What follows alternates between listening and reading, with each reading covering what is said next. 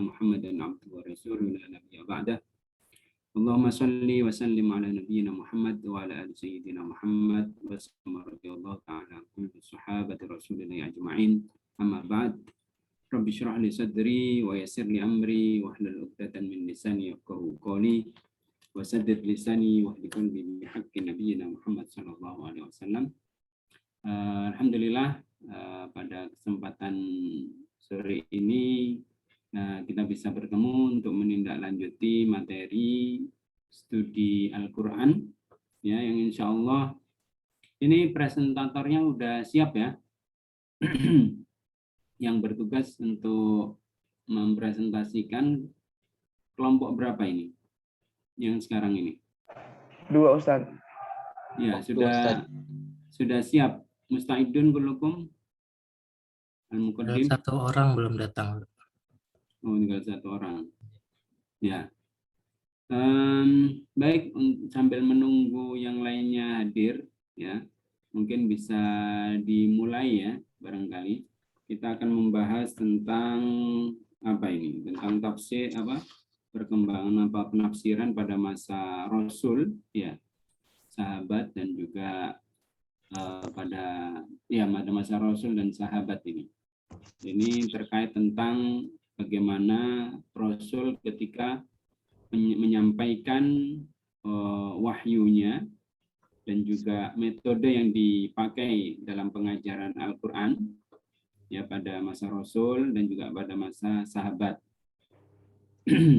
Mungkin kita kenal dulunya ya dengan istilah tafsir ya, mungkin karena penjelasan terkait Al-Quran itu memang tidak terlepas dari tafsir itu sendiri, yaitu menjelaskan entah itu arti per makna kata ataupun makna secara utuh dalam maksud satu ayat atau gabungan beberapa ayat. Oke, baik, langsung saja saya persilakan untuk kelompok yang presentasi dan dipandu oleh satu moderator barangkali ya. Ya, terima kasih, silakan.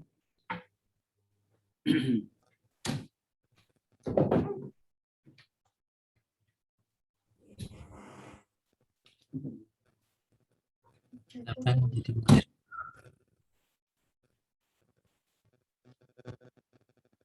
Sebarin. Gimana? Moderator. Oh, oke, baik. Bismillahirrahmanirrahim. Assalamualaikum warahmatullahi wabarakatuh. Waalaikumsalam warahmatullahi wabarakatuh. Alhamdulillah wassalatu wassalamu ala nabiyina Muhammadin wa ala alihi wa ashabihi ajma'in amma ba'd. Baik. Untuk hari ini insyaallah kelompok 2 ingin menjelaskan bagi kita tentang perkembangan penafsiran pada zaman Rasulullah SAW. Oleh karena itu, supaya tidak membuang waktu, kami persilakan kepada presentator yang pertama. Falyatafadhal ilahi mashkur. Mas apa yang duluan? Mas Afid. Ya, saya duluan. Tafadhal. Assalamualaikum warahmatullahi wabarakatuh. Waalaikumsalam warahmatullahi wabarakatuh. Mungkin sambil di-share ya apanya PowerPoint-nya.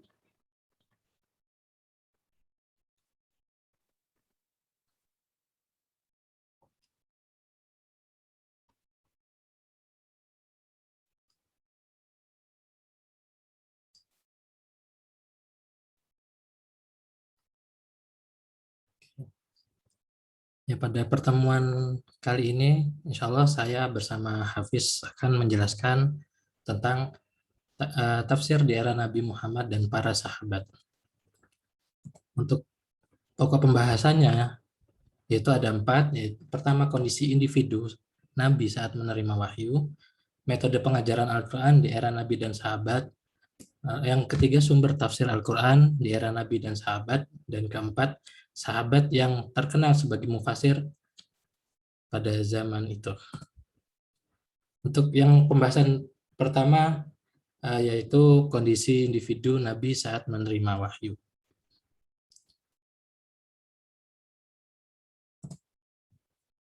Ya, kondisi individu ini, kondisi individu Nabi saat menerima wahyu itu tidak jauh dari peristiwa nuzulul Quran, yaitu proses di mana turunnya wahyu pertama Al-Quran kepada Nabi Muhammad, tepatnya di Gua Hira pada tanggal 17 Ramadan 13 tahun sebelum Hijriah.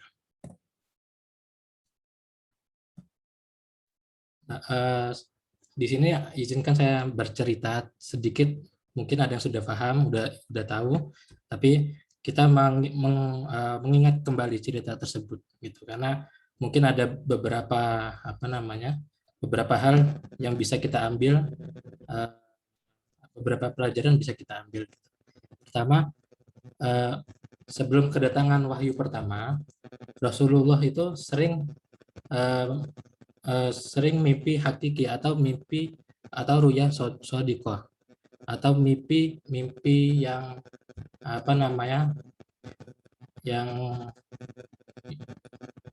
yang benar gitu.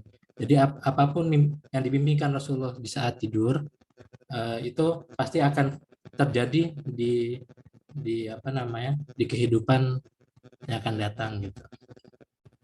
Menurut sumber, Rasulullah itu bermimpi selama 6 bulan sebelum peristiwa turunnya wahyu pertama ini.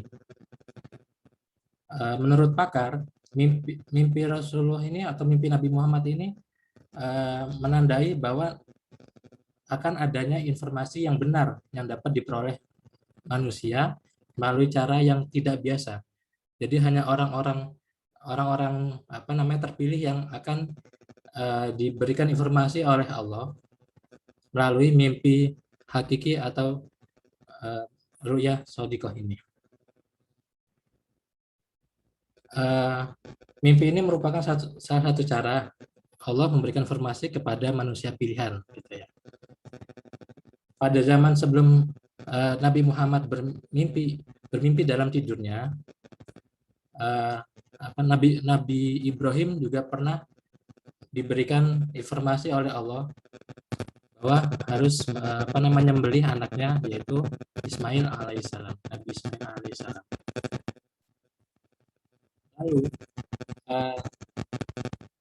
Nabi Muhammad ini bertanya-tanya, kenapa ya kok saya mendapatkan mimpi seperti ini gitu.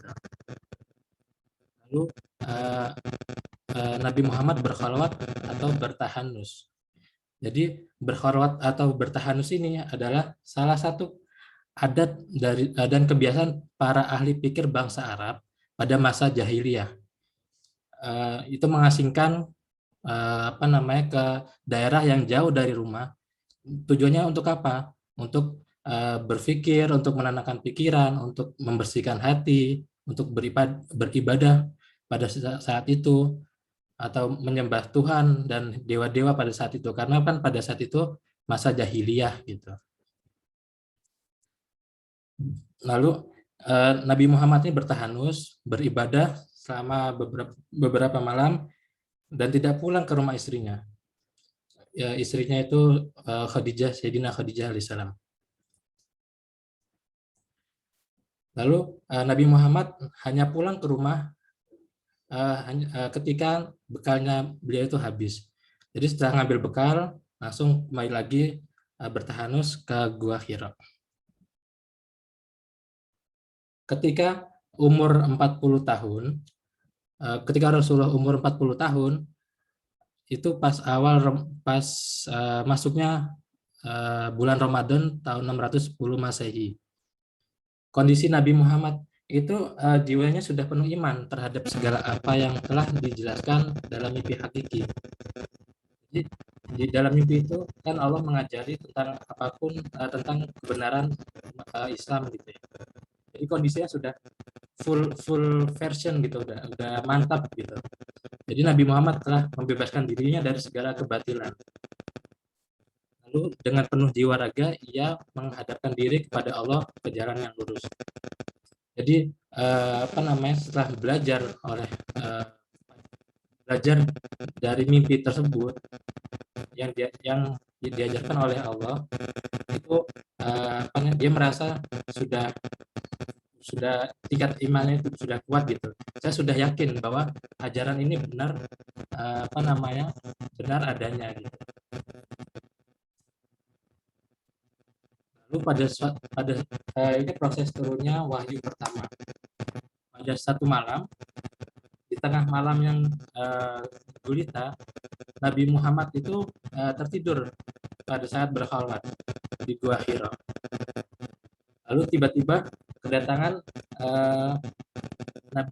kedatangan seseorang yang Rasulullah itu tidak mengetahuinya siapa orang ini gitu. Lalu Rasulullah terbangun terkejut sehingga membangunkan beliau seketika itu juga. Rasulullah takut, siapa ini orang?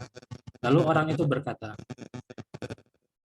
ya Muhammad, absyir ya Muhammad, ana Jibril wa anta Rasulullah ila hadhil ummah.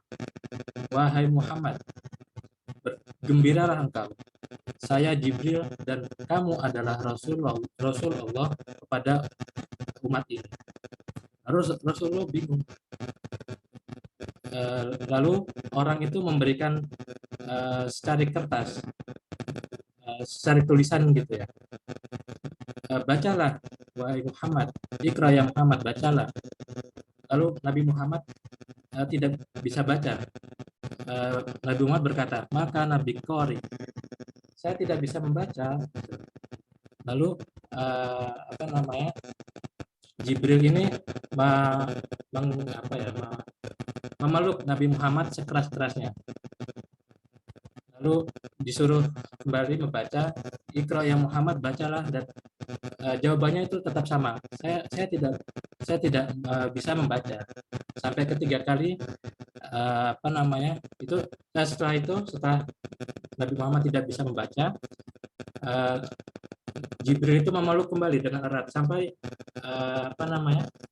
sampai tidak bisa bernafas atau sesak gitu. Sampai tiga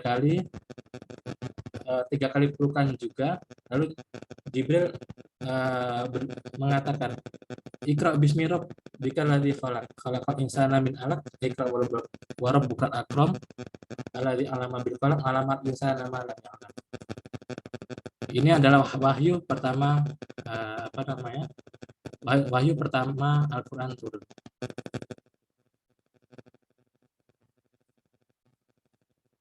Ikra bismi rabbikal ladzi khalaq. Bacalah olehmu ya Muhammad dengan menyebut nama Tuhanmu yang menciptakan, yang telah menciptakan manusia dari segumpal darah. Bacalah, dan Tuhanmu lah yang maha mulia, yang telah mengajar manusia dengan pena. Dia mengajarkan manusia apa yang tidak diketahui. Lalu dengan seizin Allah, Rasulullah pun bisa mengucapkan itu. Lalu ketika Jibril ini meninggalkan Rasulullah, kondisi Nabi Muhammad ini tubuhnya menggigil dan gemetar. Karena apa? Karena dia masih bertanya-tanya, ini siapa ya orang ini? Padahal saya tidak kenal. Lalu kondisinya itu takut dan terkejut. Takut di sini karena takut kalau ini itu yang menyampaikan bangsa jin gitu, dan bukan menyampaikan kebenaran gitu, karena takut sekali. Lalu bertanya-tanya, siapakah gerangan ini? Lalu singkat cerita, Nabi Muhammad pulang, lalu lalu diselimuti oleh istrinya, dan itu nanti turun wahyu kedua.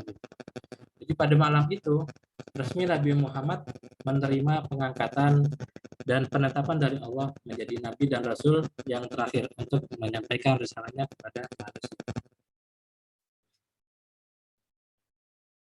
Lalu pembahasan yang kedua yaitu metode penafsiran pada era nabi dan sahabat.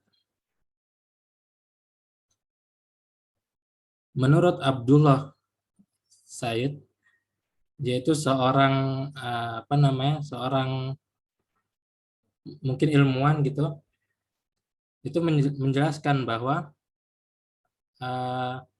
dalam konteks perkembangan tafsir ini, periode klasik di era Nabi Muhammad hingga para sahabat ini dinilai sangat otoritatif dan memiliki kualitas yang terbaik. Karena apa? Karena sumber yang diambil saat pembelajaran Al-Quran ini langsung dari Nabi Muhammad itu, langsung dari sumber utama yaitu Nabi Muhammad. Metode pengajaran dan penafsiran di era Nabi. Jadi pada zaman dahulu Nabi Muhammad menggunakan metode yang klasik, yaitu langsung mengajarkan kepada para sahabat. Layani Rasulullah itu mengajarkan secara langsung. Gitu. Tapi ada dua pendapat yang berbeda, yaitu menurut Ibnu Taimiyah berpendapat bahwa Rasulullah menjelaskan kepada para sahabat itu seluruh makna yang terdapat dalam Al-Quran, sebagaimana Rasulullah menjelaskan lafadznya tersebut kepada kepada para sahabat.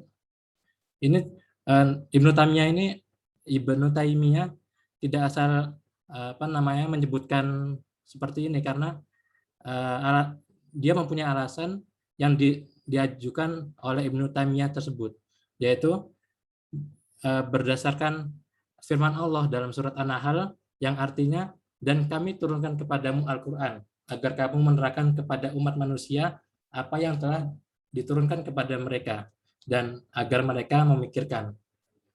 Lalu yang kedua, para sahabat ini belajar Al-Quran dari Nabi Muhammad. Misalkan sebanyak 10 ayat, mereka juga mempelajari pengertiannya dan kandungannya yang ada di dalamnya itu. Alasan yang ketiga yaitu mempelajari suatu kitab atau buku ilmu pengetahuan tidak mungkin dilakukan tanpa mempelajari penjelasan yang didukung di dalamnya. Hal ini karena sudah suatu kebiasaan orang yang berilmu dalam menyajikan buku yang ditulisnya. Sementara As-Su'aibi dan As-Suyuti itu berpendapat bahwa Rasulullah itu hanya menjelaskan Al-Quran kepada sahabatnya itu hanya sedikit saja gitu. Jadi nggak keseluruhan Rasulullah mengajarkan kepada para sahabat. Alasannya apa? Karena Rasulullah hanya menafsirkan beberapa ayat Al-Quran yang sesuai apa yang telah diajarkan oleh malaikat Jibril. Jadi hanya sebatas itu gitu. Jadi mengajarkan ayat Al-Quran yang telah diajarkan oleh malaikat Jibril. Ya, alasan kedua yaitu penjelasan dari Rasulullah mengenai makna Al-Quran ini adalah terbatas. Ya, ini hanya beberapa ayat saja. Itu pun karena adanya pertanyaan dari para sahabat. Tapi terlepas dari perbedaan pendapat di atas, penjelasan yang diberikan oleh Nabi Muhammad sangat diperhatikan oleh para sahabat gitu. Lalu penjelasan yang telah disampaikan Nabi Muhammad itu yang telah disampaikan oleh Nabi Muhammad kepada sahabat, para sahabat juga menjelaskan kembali kepada masyarakat atau dengan melakukan penafsiran Al-Quran. Yaitu ada empat cara penafsiran Al-Quran yang dilakukan oleh para sahabat. Yang pertama yaitu metode musabahat, yaitu mengumpulkan sebagian ayat dengan ayat yang lain. Jadi memang ada beberapa ayat umum yang harus ditafsirkan yang harus dipahami dengan melihat ayat yang lainnya gitu, yang sesuai, yang berkesinambungan gitu. Jadi mengumpulkan beberapa ayat. Yang kedua yaitu metode bayan. Jadi metode bayan, metode ini diterapkan sahabat apabila seorang sahabat itu mendapatkan kesusahan atau kesulitan tentang satu ayat dalam Al-Quran. Jadi langsung di cross check kembali oleh para sahabat ke Rasulullah gitu. Jadi yang pertama tadi menafsirkan ayat dengan ayat, mengumpulkan ayat. Yang kedua dengan metode langsung bertanya kembali kepada Rasulullah atas kebenaran penjelasan ayat tersebut. Yang ketiga yaitu metode ijtihad. Metode ijtihad ini dilakukan apabila para sahabat tidak mendapatkan penjelasan dari Al-Quran dan penjelasan dari Nabi untuk memperoleh pemahaman dari ayat tersebut. Jadi proses ijtihad ini dalam rangka mengetahui makna yang dimaksud adalah mengetahui letak bahasa dan rahasianya, mengetahui kebiasaan bangsa Arab, mengetahui keadaan orang Yahudi dan Nasrani di Jazirah Arab. Lalu yang keempat, membuka wawasan yang luas dalam rangka melakukan suatu analisis ayat tersebut.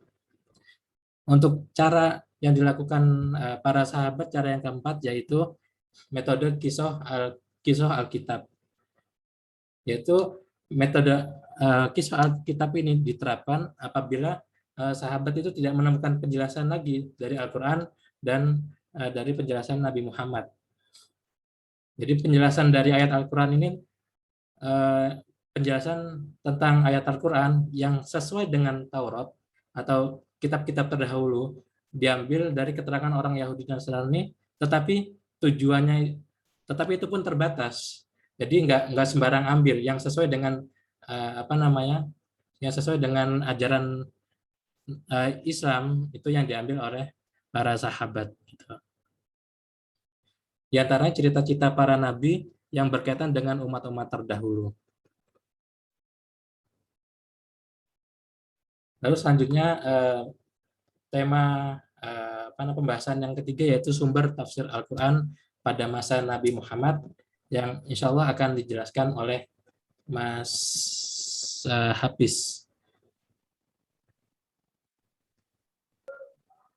Oke, langsung saja kami persilakan kepada Ustaz Hafiz. Falyatafaddal alaika mashkura.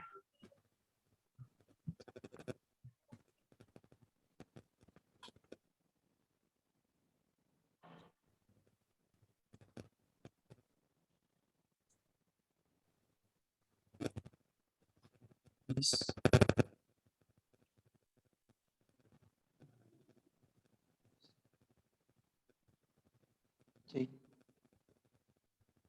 Cek. Cek. Halo. Mas Hafiz? Halo. Itu baru nampak dah. Halo. Ya, udah dengar, insyaallah. Ada suara? Udah. Ya, udah. A'udzubillahi minasyaitonirrajim. Bismillahirrahmanirrahim. Assalamualaikum warahmatullahi wabarakatuh. Waalaikumsalam warahmatullahi wabarakatuh. Baiklah, terima kasih kepada moderator yang telah memberikan saya waktu untuk mempresentasikan tema saya yaitu sumber tafsir Al-Quran pada masa Nabi Muhammad SAW. Al-Quran diturunkan oleh Allah Subhanahu wa Ta'ala melalui malaikat Jibril kepada Nabi Muhammad SAW dengan berbahasa Arab. Bahasa Arab menjadi bahasa Al-Quran karena kaum yang menjadi tujuan pertama untuk disampaikannya syariat atau ajaran Al-Quran itu adalah kaum yang berbahasa Arab. Sebagaimana firman Allah Subhanahu wa Ta'ala dalam Al-Quran surah Ibrahim ayat 4, A'udzubillahi minasyaitonirrajim. Wa ma arsalnaka mir rasulin illa bilisanil qaumihi liyubayyana lahum wa yudhillullahu man yasha'u wa yahdi man yasha'u wa huwal azizul hakim. Yang artinya kami tidak mengutus seorang rasul pun melainkan dengan bahasa kaumnya supaya ia dapat memberi penjelasan dengan terang pada mereka, maka Allah menyesatkan siapa yang Dia kehendaki dan memberi petunjuk pada siapa yang Dia kehendaki. Dan Dialah Tuhan yang Maha Kuasa lagi Maha Bijaksana. Nah, jadi Al-Quran itu turun dalam bahasa Arab karena tujuan utama dari tujuan utama dari Al-Quran itu yaitu untuk memberikan ajaran kepada bangsa Arab, yaitu bangsa Arab yang mayoritas bangsa Arab itu menggunakan bahasa Arab, kan tidak mungkin menurunkan Al-Quran di Arab menggunakan bahasa Inggris waktu itu, karena kan susah lagi dipahami. Nah, jadi pada hakikatnya tidak ada satu ajaran kecuali dengan bahasa tempat ajaran itu muncul. Demikian juga tidak ada satu ajaran kecuali dengan bahasa orang yang diutus untuk menyampaikan ajaran itu kepada kaumnya. Karena kalau tidak demikian, bagaimana mungkin ajaran tersebut dapat disampaikan dan dapat dimengerti dan dianut.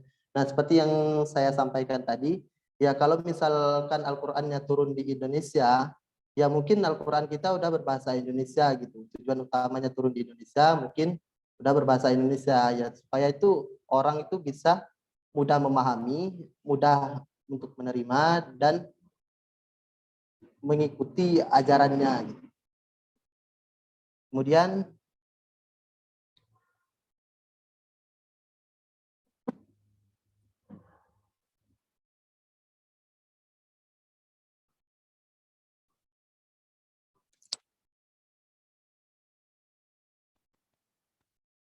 contoh penafsiran Nabi Muhammad SAW terhadap ayat Al-Quran dengan ayat Al-Quran sesudahnya, yaitu firman Allah dalam surah Maryam ayat 19. Ayat Halo. 71. Ada suara nggak? Ada nggak? Ya, Ada. wadah, ada. صوتك واضح جدا. Lanjut Ustaz. Wadih.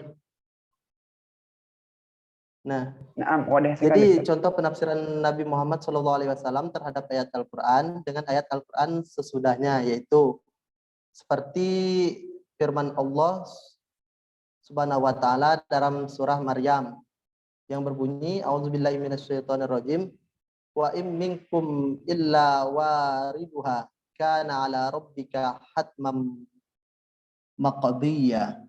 Terjemahnya, dan tidak ada seorang pun di antara kamu yang tidak mendatanginya dalam kurung neraka. Hal itu bagi Tuhanmu adalah suatu ketentuan yang sudah ditetapkan.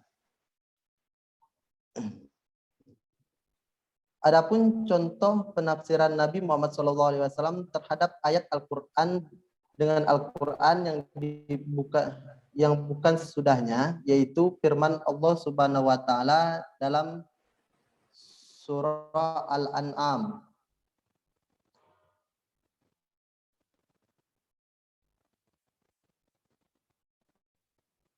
Nah, jadi tadi itu ada contoh penafsiran Nabi Muhammad SAW terhadap ayat Al-Quran dengan ayat sesudahnya. Nah, surah Maryam ayat 71, kemudian Hafsah binti Umar memahami ayat di atas bahwa semua orang akan masuk ke dalam neraka. Paham ini diperbaiki oleh Nabi Muhammad SAW dengan mengingatkan Hafsah akan lanjutan ayat tersebut, yaitu summa nunajjil ladzina taqu wa nazaru zalimina fiha jisiyya. Yang artinya kemudian kami akan menyelamatkan orang-orang yang bertakwa dan membiarkan orang-orang yang zalim di dalam neraka dalam keadaan berlutut. Nah, jadi itu pas pertama ayat itu turun, semua orang tuh pasti masuk ke neraka gitu. Nah, Hafsah binti Umar itu menafsirkannya seperti itu. Jadi semua manusia yang ada di dunia ini bakal masuk neraka dulu gitu. Nah, jadi setelah masuk neraka baru masuk ke surga, mungkin seperti itu penafsirannya. Nah, kemudian Rasul mendengar penafsiran dari Hafsah binti Umar, kemudian Rasul menafsirkan dengan ayat setelahnya, yaitu summa nunajjil ladzina taqu wa nadzaru zalimina fiha jisiyya. Nah, Kemudian kami akan menyelamatkan orang-orang yang bertakwa dan membiarkan orang-orang yang zalim di dalam neraka dalam keadaan berlutut. Nah, jadi tidak semua orang itu masuk ke dalam neraka, tapi mereka juga ada yang masuk ke dalam surga, yaitu orang-orang yang bertakwa. Kemudian contoh penafsiran Nabi Muhammad SAW terhadap ayat Al-Quran dengan ayat Al-Quran yang bukan sesudahnya. Nah, tadi kan yang di atas tadi dijelaskan yaitu ayat Al-Quran dengan ayat Al-Quran setelahnya. Tapi kalau yang ini dengan ayat Al-Quran yang bukan setelahnya. Contoh dalam surah Al-An'am ayat 82 yang berbunyi a'udzubillahi minasyaitonirrajim allazina amanu wa lam yalbisu imanahum bizulmin ulaika lahumul amnu wa hum muhtadun.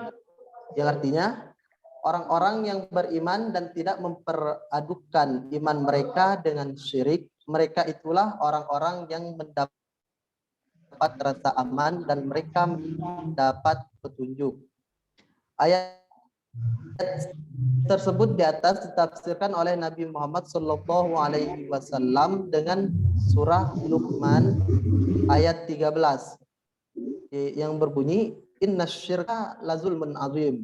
Sesungguhnya syirik adalah benar-benar kezaliman yang besar. Nah, jadi bizulmin, maksud dari zulmun di situ yaitu syirik, mereka dengan syirik. Nah, syirik itu maksudnya apa? Yaitu syirik dengan mempersekutukan Allah.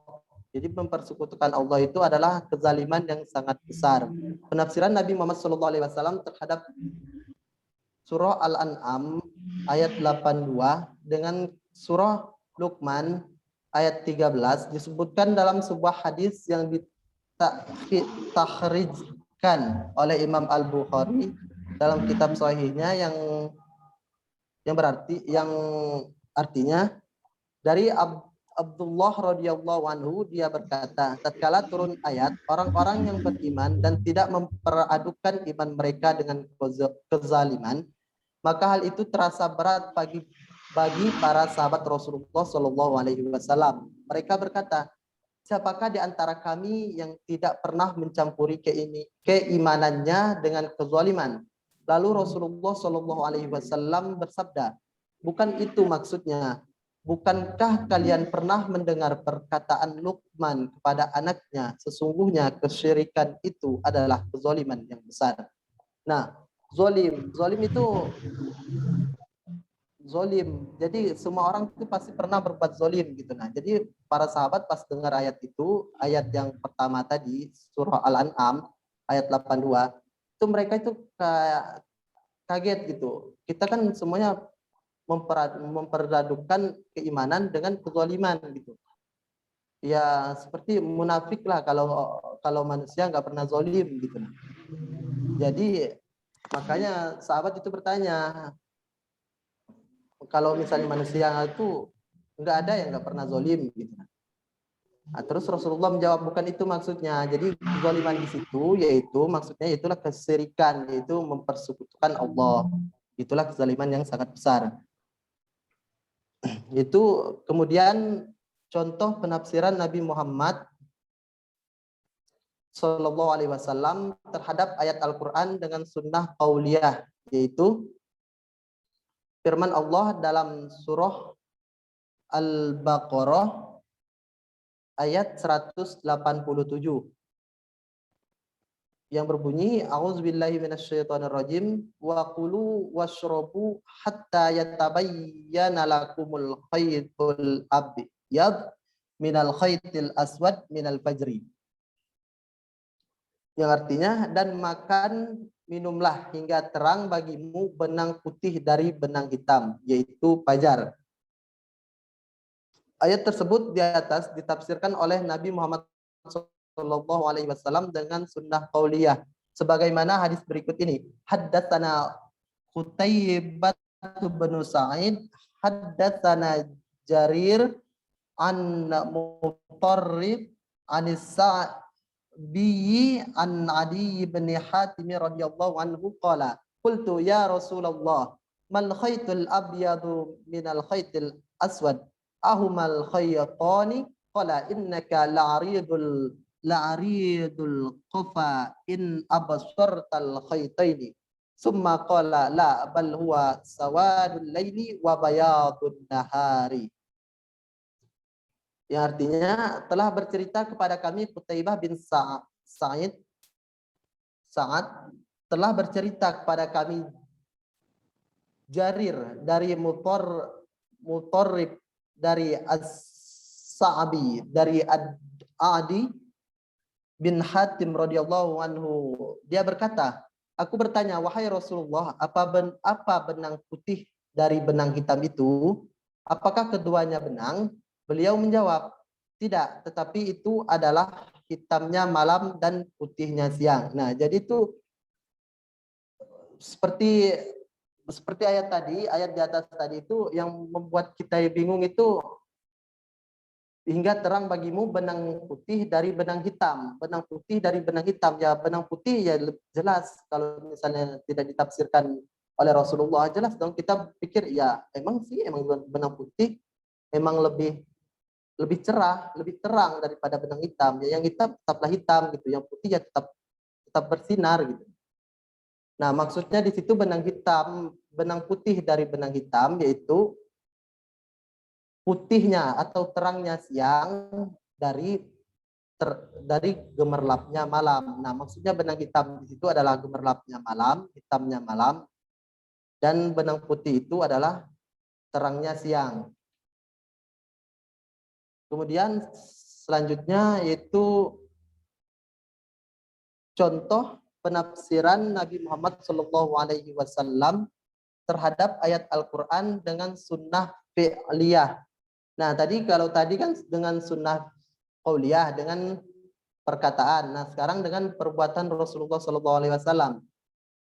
Yaitu contoh firman Allah Subhanahu wa taala dalam surah Ali Imran ayat 190 yang berbunyi a'udzubillahi minasyaitonirrajim inna fi khalqis samawati wal ardi wa ikhtilafil laili wan nahari laayatil liulil albab. Yang artinya sesungguhnya dalam penciptaan langit dan bumi dan silih bergantinya malam dan siang terdapat tanda-tanda bagi orang-orang yang berakal. Ayat tersebut di atas ditafsirkan oleh Nabi Muhammad SAW dengan sunnah fi'liyah sebagaimana hadis berikut ini. Haddatsana Sa'id bin Abi Maryam akhbarana Muhammad bin Ja'far qala akhbarani Syariq bin Abdullah bin Abi Namir an Quraibin an Ibn Abbas radhiyallahu anhuma qala bittu inda khalati Maimunah fatahaddatsa Rasulullah sallallahu alaihi wasallam ma ahlihi sa'atun summa raqada falamma kana sulusul lailil akhiri qa'ada fanazara ila as-sama'i faqala inna fi khalqis samawati wal ardi wa ikhtilafil laili wan nahari la ayatin li ulil albab summa qama fatawadda'a tanna fasalla ihda asyrata rak'atan summa azana Bilal fasalla rak'ataini summa kharaja fasalla subuh.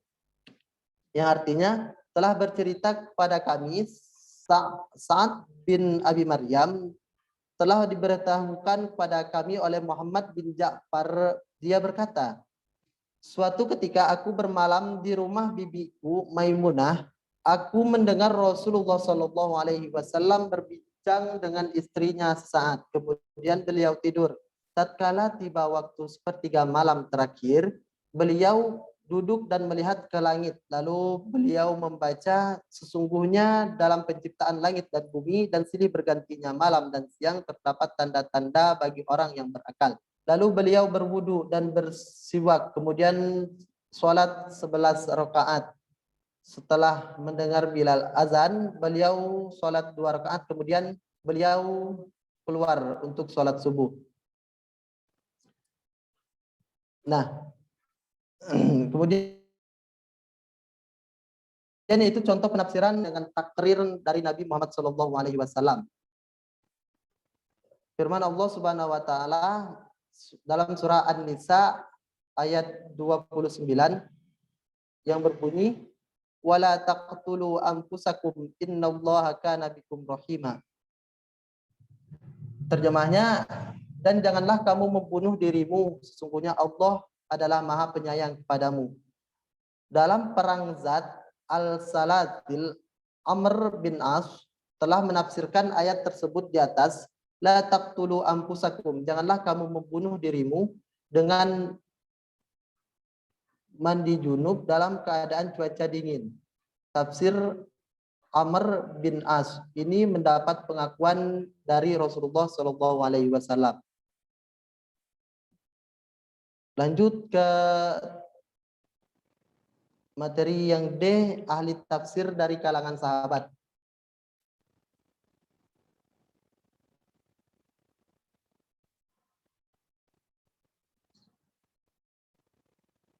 Sahabat Nabi Muhammad SAW yang dikenal dengan keahlian tafsir terbilang sangat sedikit. Mereka adalah sahabat yang belajar langsung pada Rasulullah SAW. Mereka menyaksikan sebab turunnya ayat Al-Quran. Mereka yang diberikan pemahaman yang dalam melalui ijtihad dan pendapatnya tentang makna yang terkandung dalam ayat Al-Quran. Para sahabat radhiyallahu anhu bertingkat-tingkat dalam pemahaman Al-Quran, sebagaimana juga mereka bertingkat-tingkat dalam periwayatan hadis nabawi. Sebagian mereka banyak meriwayatkan hadis dan sebagian lainnya sedikit riwayat hadisnya. Imam As-Suyuti menjelaskan bahwa di antara sahabat Nabi yang dikenal sebagai ahli dalam menafsirkan Al-Quran adalah para khulafaur rasyidin, yaitu Abu Bakar As-Siddiq, Umar bin Khattab, Utsman bin Affan, dan Ali bin Abi Thalib, Abdullah bin Abbas, Abdullah bin Mas'ud, Zaid bin Sabit, Ubay bin Ka'ab, Abu Musa al-Ash'ari, Abdullah bin Zubair. Sebagian ulama menambahkan nama sahabat yang lainnya seperti Anas bin Malik, Abu Hurairah, Abdullah bin Umar, Jabir bin Abdullah, Abdullah bin Amr bin As, Aisyah binti Abu Bakar. Akan tetapi periwayatan mereka tentang tafsir sedikit yang sampai kepada kaum muslimin setelah masa tadwin. Ya, mungkin itu saja yang dapat saya sampaikan. Terima kasih. Saya kembalikan kepada moderator. Oke, bismillahirrahmanirrahim. Kami ucapkan jazakallahu khairan katsiran atas dasarnya begitu, Masya Allah. Untuk mengkoordinir materi kita atau diskusi pada hari ini yang supaya lancar, saya ingin membagi 2 sesi tanya jawab. Yang pertama, saya batasi 5 pertanyaan dulu, setelah rampung selesai, baru kita pindah ke sesi yang kedua. Yang sesi pertama, saya kasih 5 penanya. Tafadhal yang mau bertanya, silakan. Insyaallah ana. Fadhal, Ustaz Hasan. Ustaz Jalal, fadhal. Ana ba'da Ustaz Jalal. Baik. Baik, Alhamdulillah. Bismillah. Ya, baik. Yang saya ingin tanyakan tentang tadi kan penafsiran tentang tafsir ya. Nah, tafsir di era para sahabat dan di era Nabi dan sahabat. Untuk penafsiran, apakah setiap Al-Quran di dalam Al-Quran 30 juz Al-Quran itu semuanya telah dijelaskan oleh Rasulullah SAW?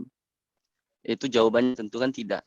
Kan ada ayat-ayat saja, ada beberapa ayat-ayat dan ya ayat yang tertentu saja yang dijelaskan atau yang ditafsirkan oleh Rasulullah SAW. Sehingga maka dengan itu, dengan apa artinya, dengan tidak semua ayat yang ditafsir Rasulullah, sehingga timbullah namanya metode para sahabat untuk menafsirkan ayat di situ. Dan di situ ada metode munasabat, metode bayan, dan metode ijtihad. Nah, ada satu metode yang belum saya pahami tentang metode munasabat, itu yang pertama. Yang kedua, tentang penafsiran. Apakah boleh kita sebagai orang-orang biasa dan semua orang umpamanya, yang orang-orang orang Islam, apakah boleh semua orang Islam menafsirkan ayat? Apakah ada ketentuan-ketentuan yang harus dipenuhi oleh orang yang ingin menafsirkan ayat gitu? Dan kebanyakan bahwa ada banyak orang itu sangat mudah sekali dia menafsirkan ayat, padahal dia tidak tahu asbabun nuzul daripada ayat tersebut kan. Bagaimana seperti itu? Apakah ada ketentuan-ketentuan untuk menafsirkan ayat gitu? Nah, itu pertanyaan saya. Nah, syukran, terima kasih. Oke, wa yakum jazakallahu khair. Yang selanjutnya, Fadlan. Oke, Ustadz, Asbar, izin bertanya. Fadlan. Ini ya terkait dengan metode penafsiran di era Nabi dan era sahabat. Mungkin saya akan lebih fokus kepada penafsiran di era Nabi ya metodenya. Di sana di makalah tercantum bahwasanya pendapat daripada Asy-Syu'aibi dan Asyuyuti yang berpendapat bahwasanya Rasulullah tidak menjelaskan makna Al-Quran kepada sahabatnya kecuali sedikit saja. Ini adanya pendapat ini karena memang ada beberapa alasan. Yang di sini ada dua alasan. Yang pertama karena Rasulullah hanya menafsirkan beberapa ayat Al-Quran sesuai apa yang telah diajarkan oleh malaikat Jibril. Nah, yang mungkin saya agak sedikit bingung ya di sini karena maksud diajarkan malaikat Jibril itu seperti apa? Apakah memang ketika malaikat Jibril menyampaikan wahyu kepada Rasulullah Shallallahu Alaihi Wasallam juga berikut mengajarkan tafsirannya atau seperti apa? Mungkin alasan seperti ini karena memang ada faktanya, ya ada sumbernya. Kalau bisa yang untuk memperkuat gitu ya alasan ini, apakah memang ada contohnya seperti itu? Bagaimana Al-Quran yang diajarkan tafsirannya diajarkan oleh malaikat Jibril itu seperti apa? Mungkin itu pertanyaannya. Syukran. Oke, baru dua penanya. Fadlan yang mau nanya lagi, silakan. Masih sisa 3 kota.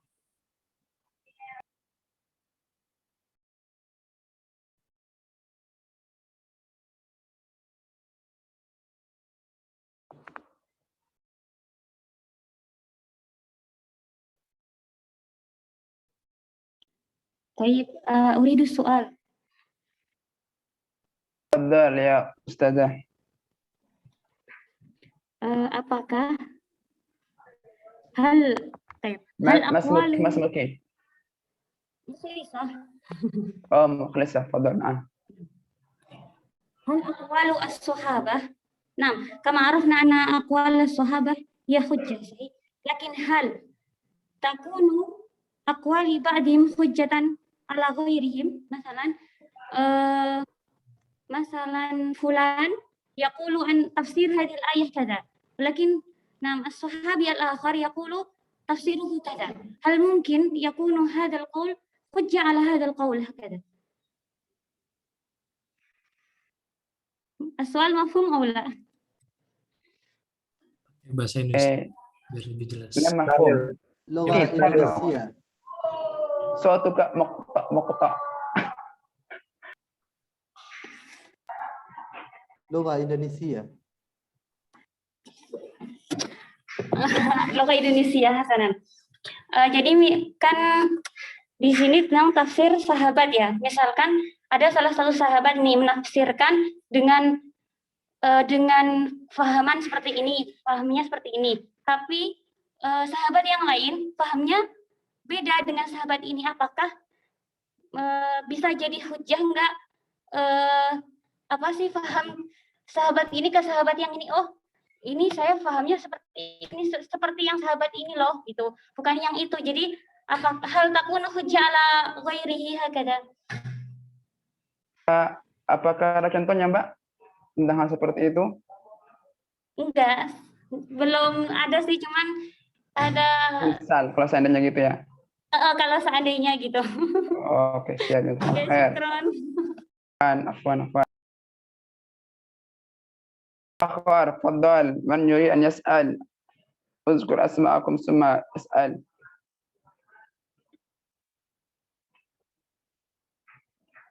Ana as'al Ustaz Asbarin.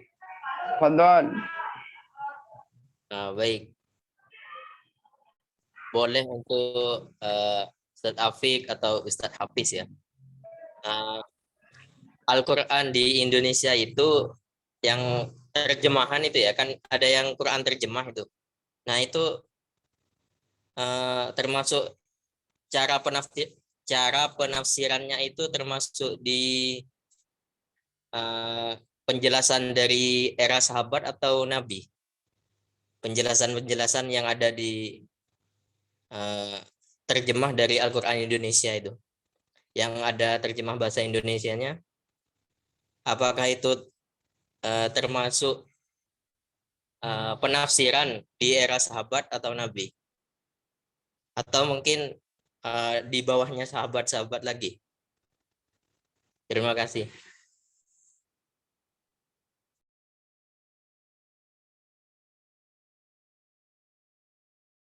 طيب باقي واحدة من يسأل فليتفضل. Sa'atroh. Oh ya. من نوفل أو من نورديانا أو أستاذ نوفل. تفضل أستاذ نوفل. Ustazah Nurdiana faqat. ما شاء الله هذا ما شاء الله مناسب جدا. تفضل أستاذ نورديانا. أستاذة. Taufik.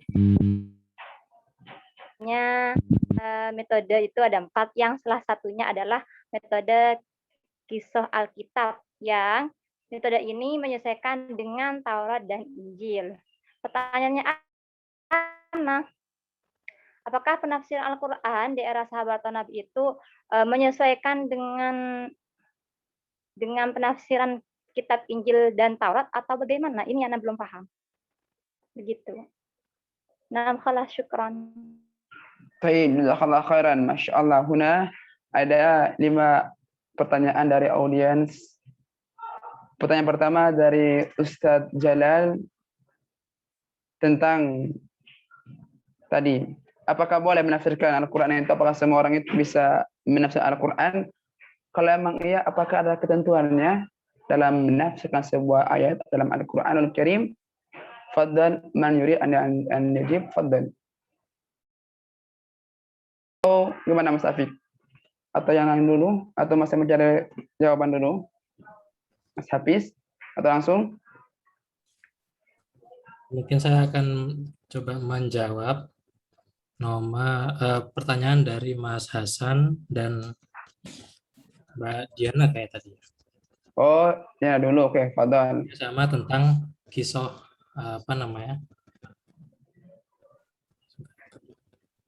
Tadi kalau Mas Hasan itu kan gini, maksud diajarkan dari Jibril ke Muhammad itu bagaimana? Ya gitu kan ya Mas Hasan ya?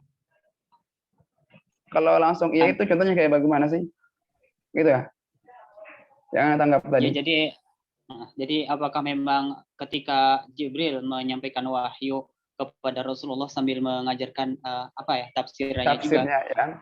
Nah, jadi pendapat ini kan beralasan memiliki alasan otomatis, alasan yang timbul itu karena ada sumber yang menjelaskan juga. Nah, apakah memang ada contohnya seperti itu? Mungkin yang dimaksud menjelaskan itu melalui perantaranya Jibril. Gitu. Jadi yang selain dari perantara Jibril itu tidak diajarkan gitu. Menurut Ibnu Taimiyah, menurut 2 sahabat tadi itu. Jadi bukan Jibrilnya, maaf mungkin salah nulis. Jadi bukan Jibrilnya yang mengajarkan langsung. Jadi melalui perantara Jibril. Lalu untuk tadi kan katanya Mas Hasan belum paham tentang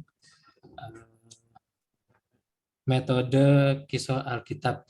Jadi para sahabat itu bertanya kepada itu punya Nurdiana, Mas. Tadi sebelumnya kan ada juga, ya enggak? Oh, ya siap. Oh, kalau Ana khusus yang itu. Kalau itu Mbak Nurdiana. Oh, ya. Itu Nurdiana, Mas Afiq. Siap. Jadi melihat cerita-cerita yang ada di kitab terdahulu gitu. Tapi nggak semuanya diambil. Pasti disortir dulu mana yang cocok dengan ajaran Islam. Seperti itu mungkin.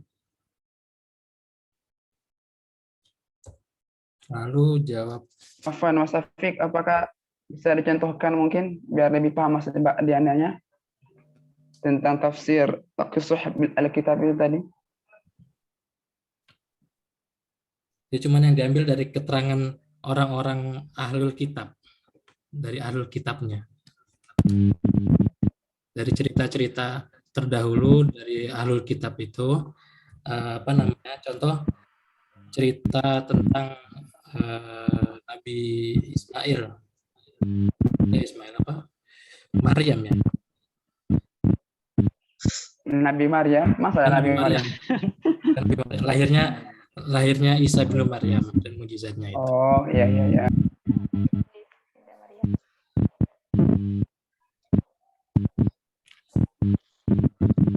Ampun Mas Afiq. Sudah. Oke, gimana dari Mas Hasan sama Mbak Nurdiana? Apakah ada tanggapan atau sanggahan tentang jawaban dari Ustadz Afiq? Berarti itu ada kesesuaian, berarti itu ada pengambilan penafsiran dari ahli kitab, yaitu Taurat dan Injil, tapi yang disesuaikan ya. Ya, benar. Iya. Ini untuk Mas Afiq, yang tadi kan disebutkan di sana berarti kan melalui pelantaran malaikat Jibril gitu ya, melalui pelantaran malaikat Jibril. Nah, melalui pelantaran malaikat Jibrilnya itu apa ya, maksudnya di sana tuh memang menafsirkan juga atau gimana gitu malaikat Jibrilnya itu? Karena kan memang di sini kan menafsirkan beberapa ayat Al-Qur'an sesuai apa yang telah diajarkan malaikat Jibril gitu, seperti itu. Nah, apakah memang di sini juga ada contohnya mungkin kalau biar lebih jelas gitu? Kalau dari itu saya belum membaca yang lain, cuman yang saya dapatkan itu. Oh gitu. Gimana Mas Hasan? Ada yang bisa menambahkan? Atau mungkin dari audiens yang di Zoom ini, jika mungkin ada yang mau menambahkan atau menjawab dari pertanyaan saudara Hasan hafizahullahu taala, kami persilahkan. Kayaknya Mbak Nabila ini mau jawabnya. Oh, Mbak Nabila, fadhal Ustazah. Silakan Mbak Nabila atau Syekh Novel, fadhal.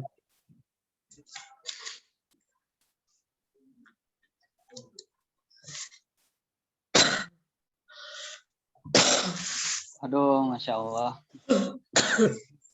Oh, masih batuk-batuk, minum air dulu, Mbak. Enggak. Salah.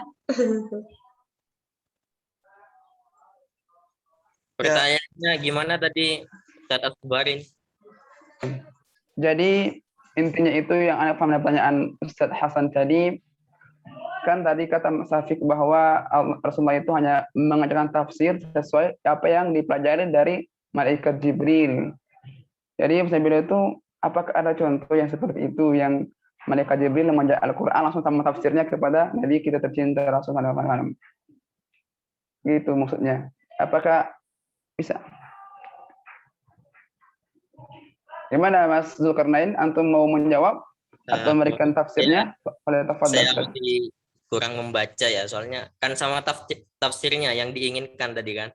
Kalau untuk cara penyampaian ayatnya kan mungkin tadi sudah dijelaskan sama Ustaz Afiq, kalau melewati perantara Jibril. Dan untuk tafsirnya saya masih belum pernah membaca ya, literasi. Mungkin Ustaz Asbarin ada pengetahuan yang lain mungkin. Afwan, insyaallah Anda mencoba, tapi setelah ini dulu. Karena kan moderator soalnya, jadi nggak enak juga kalau moderator pes ini kan. Atau boleh Mas Afiq? Tidak apa-apa. Selagi teman-teman belum ada yang bisa menambahkan. Oke, Anda mencoba. Insyaallah ini bismillah aja. Pertama kan Al-Quran itu Allah turunkan kepada Nabi kita tercinta, itu ada yang melalui perantara malaikat Jibril, ada yang secara langsung. Allah langsung berikan itu kepada Rasulullah SAW, seperti perintah salat itu kan langsung tanpa perantara malaikat Jibril. Melalui adapun tafsirnya itu kan terkadang ya ikhwah, dalam Al-Qur'an itu ketika Allah kasih Al-Qur'an kepada Nabi kita cinta itu enggak langsung langsung kayak gitu, tapi ada asbabun nuzulnya, bahwa kan ketika Rasulullah SAW ditanya tentang Trinitas atau Allah itu seperti apa, kan Allah turunkan Quran surah Ikhlas untuk menjawab pertanyaan itu. Jadi secara tidak langsung otomatis di situ bahwa diajarkan langsung tafsirnya sama Al-Qur'annya kepada Rasulullah SAW. Jadi dengan hal itu tidak semua sama tafsir, tapi ada sebagian yang pakai tafsir. Gimana Mas Hasan? Berarti secara tidak langsung di sini penafsirannya dilihat dari peristiwa atau dari asbabun nuzul turunnya ayat itu. Ahsan ya Ustaz Hasan, karena dalam menafsir Al-Qur'an juga menurut para ulama tafsir lihat asbabun nuzulnya dengan apa dan bagaimana. Hakada. Syukran. Baik Pak. Masyaallah. Muwafiq ana ma'a Ustaz Asbarin. Alhamdulillah.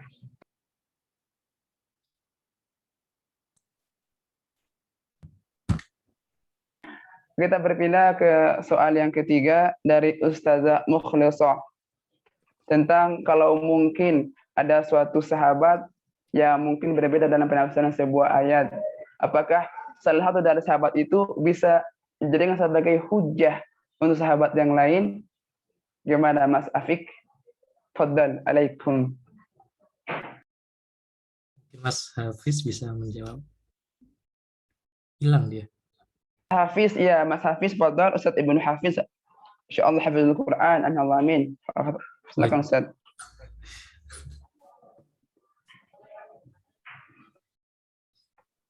Mungkin yang lain dulu.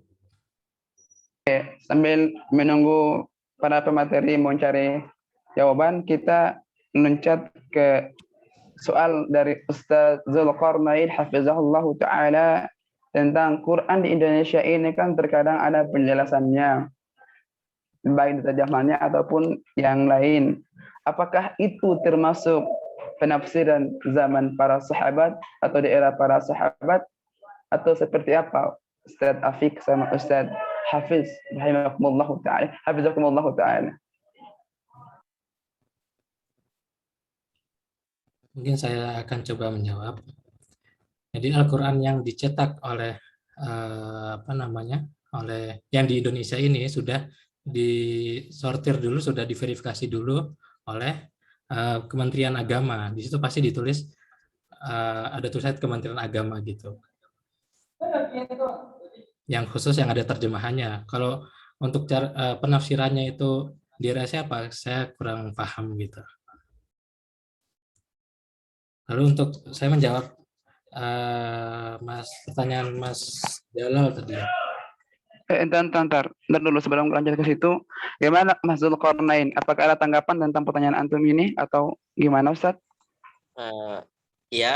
Saya juga mungkin kurang paham juga ya tentang penafsirannya itu dari era siapa. Mungkin Mas Hafiz ada tambahan mungkin dari Ustadz Hafiz. Nah, Ustaz Hafiz ada mau menambahkan dari tanggapan atau jawaban dari Ustaz Afik aminallahu taala? Silakan Ustaz.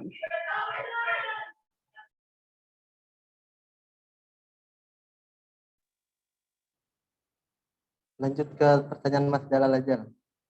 Sambil Enggak, maksudnya yang ini diselesaikan dulu atau kita simpan dulu baru ke Mas Jalal tadi gimana? Simpan dulu. Oke, simpan dulu. Nah, oke, fix ya, simpan dulu. Coba kita berpindah ke pertanyaan tadi bukan Mas Jalal tapi Mbak Mukhlisah. Gitu tadi. Apa? Anda bisa boleh menanggapi. Boleh. Sangat diperbolehkan Ustazah. Falyatafaddal. Tadi kan yang tafsir yang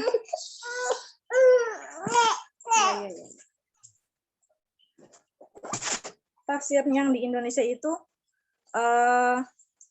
tafsir era siapa gitu kan, eranya Nabi Muhammad SAW atau pada sahabat gitu. Menurut Ana kan sekarang ini sudah kamil gitu dari semua tafsir-tafsir yang ada dari zaman Nabi sampai sahabat sampai tabiin sampai sekarang itu kan pasti ada pembaharuan gitu. Maksudnya bukan cuma dari Nabi saja dan bukan dari sahabat saja, tapi dari semuanya sampai sempurna gitu. Karena mungkin kan kayak yang dari Nabi kan yang hanya ditanyakan oleh para sahabat dan yang dijelaskan. Terus yang para sahabat juga menafsirkan apa yang dibutuhkan. Setelah itu ada tabiin juga yang menjadi mufassirin juga mulai berusaha menafsirkan. Jadi mungkin kalau menurut Ana itu sari dari semua tafsir-tafsir yang ada gitu, dipilih yang mana yang menurut para ahli tafsir di Indonesia itu termasuk yang kuatnya gitu. Karena kan setahu Ana ada lajnah, ada panitia penafsirannya juga kan ya. Gimana sampun Mbak Moh Ustazah Nida? Cukup. Oke. Gimana Ustaz Zulkarnain? Apakah ada yang masih perlu ditanggapi dari jawaban tambahan dari Ustazah Nida Urjannah? Terima kasih atas penjelasannya dari Ustazah Nida. Kalau saya boleh menanggapi juga ya. Mungkin silakan, boleh banget itu. Duga saja, dugaan sementara ya. Mungkin proses penafsiran yang ada di Indonesia ini, khususnya Quran terjemah ini mungkin juga sudah melewati beberapa proses yang panjang ya. Mungkin dari para hufat seluruh dunia. Jadi kan pasti kan tahu. Atau juga para hufat yang di Indonesia mungkin sudah melihat Quran terjemahan Indonesia. Jadi mungkin kalau ada kesalahan atau ada salah penafsiran mungkin diperbaiki oleh tim panitia yang seperti sudah disebutkan sama Ustazah Nida. Syukron. Ana muwafiq. Jadi anggap clear ya untuk soalan ini. Mas Zul, Oke. Yang tadi dari pertanyaan Ustadz Jalal, apakah sampun atau belum tentang ketentuan orang untuk mentafsirkan Al-Quran itu, apakah boleh bagi semua umat muslim atau memang ada ketentuan-ketentuannya atau syarat-syaratnya yang kita harus menjadi seorang mufassir? Ya, gimana Mas Afik? Oke, saya akan berusaha menjawab ya. Jadi menurut apa yang disampaikan oleh Syekh Mana Al-Qotan, itu dalam kitabnya Mabahis fi Ulumul Quran. Jadi syarat yang syarat seseorang harus yang mau menafsirkan itu yang pertama sehat akidah. Lalu yang kedua terbebas dari hawa nafsu. Jadi dia menafsirkan tidak hanya dari apa yang keluar dari pikirannya, dicari dulu sumbernya dari Al-Quran, dari ayat yang lain, atau dari hadis-hadis gitu. Lalu yang ketiga menafsirkan Al-Quran dengan Al-Quran. Yang keempat menafsirkan Al-Quran dengan As-Sunnah. Ya, seperti saya katakan tadi itu ya. Lalu yang kelima merujuk kepada perkataan sahabat dan merujuk kepada perkataan tabi'in. Lalu selanjutnya menguasai ilmu bahasa Arab, karena nggak sembarangan untuk menafsirkan itu kan. Lalu selanjutnya menguasai ilmu yang terkait ilmu tafsir. Jadi misalkan orang tersebut tidak menguasai ilmu tafsir, jangan sembarangan untuk menafsirkan gitu, karena membutuhkan kedalaman ilmu yang dalam gitu. Oke. Gimana Mas Jalal? Dan ntar sedikit tambahan bahwa memang dalam menafsir Al-Quran itu tidak sembarangan. Kalau seandainya kita bisa sembarangan, maka akan semakin banyak kerusakan dalam dunia keislaman kita sendiri. Karena kalau memang Mas Jalal pengen jadi seorang mufassir, Ana punya rekomendasi satu buku untuk antum kalau antum membaca karya Syekh Sa'di tentang metodologi dalam menafsir Al-Quran, ada sekitar 90 kaidah dalam menafsir Al-Quran. Jadi Masya Allah. gimana Mas Hasan, Mas Darul Jalal, apakah ada tanggapan dari jawaban Ustadz Muhammad Afiq Aminullah Subhanahu wa taala? Alhamdulillah. Ya, itu tadi kan. Jadi sekarang itu apalagi zaman-zaman sekarang, para dai, ya, banyak para dai yang kadang-kadang mereka itu tidak disebut harus menguasai bahasa Arab. Nah, tetapi mereka hanya mengambil terjemahan-terjemahan ngambil terjemahan dari Al-Qur'an saja, lalu mereka tafsirkan dengan semau mereka. Mereka tidak tahu, tidak paham dengan apa yang disebut dengan ulumul Quran, ilmu Quran. Terus itu ada juga kaitan dengan ilmu fikih, gitu kan. Terus lagi dengan sirah nabawi mereka tidak kuasai, bahkan mereka tidak kuasai gitu. Sehingga enaknya mereka untuk mereka menafsirkan. Nah, ini artinya apa? Kalau banyak yang seperti itu akan yang dikatakan Mas Ustadz Asbarin tadi, akan banyak kerusakan di permukaan bumi ini. Kenapa? Karena mudah sekali mereka yang menafsirkan Al-Quran itu tanpa menguasai, tanpa memenuhi syarat-syarat sebagai mufassir gitu. Ya, syukran, terima kasih, Masya Allah. Ya, itu ada satu lagi tadi yang metode apa tadi yang saya tanyakan? Yang pertama itu saya kurang paham. Terus apakah ada contohnya metode itu? Iya, Mas Afiq tadi ada kan antum bilang ada metode munasabat atau tadi yang saya sampaikan ada tafsir ayat am dan yang khas. Tafsir ayat am yang umum kemudian ditafsirkan dengan ayat yang sedikit khusus. Itu gimana Mas Afiq? Apakah antum bisa memberikan contohnya atau gimana Ustaz? Atau Mas Ustaz Ibnu Hafiz, falyatafaddal alaikum Ustaz.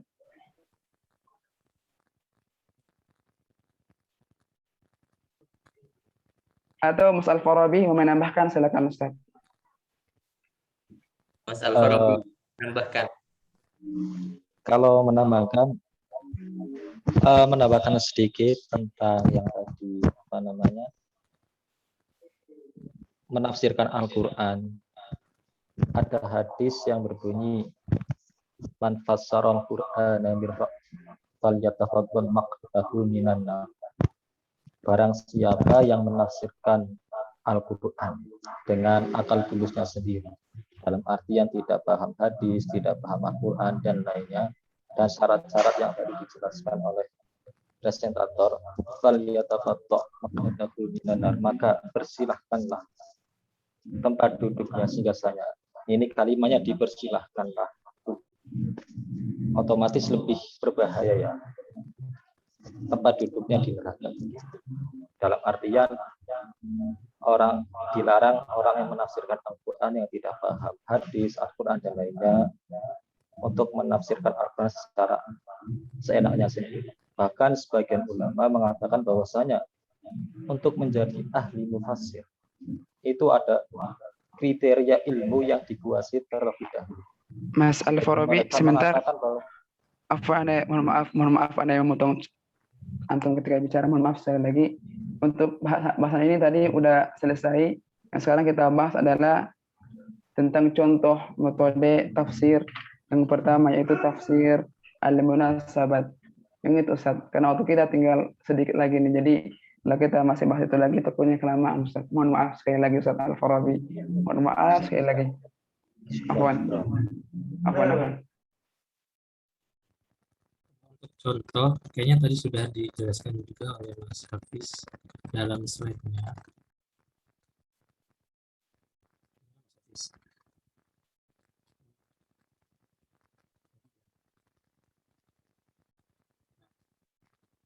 Hafiz, dijelaskan kembali.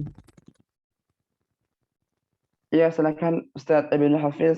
Mungkin tadi yang contoh yang tadi antum jelaskan mungkin belum dipahami dengan jelas oleh Ustaz Jalal. Bisa diulangi lagi tentang tafsir, metode tafsir al-munasabat. Silakan Ustaz.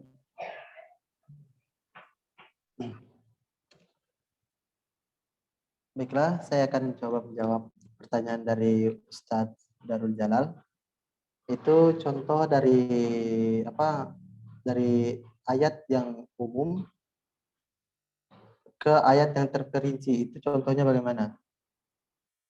Nah, di sini tadi sudah dijelaskan itu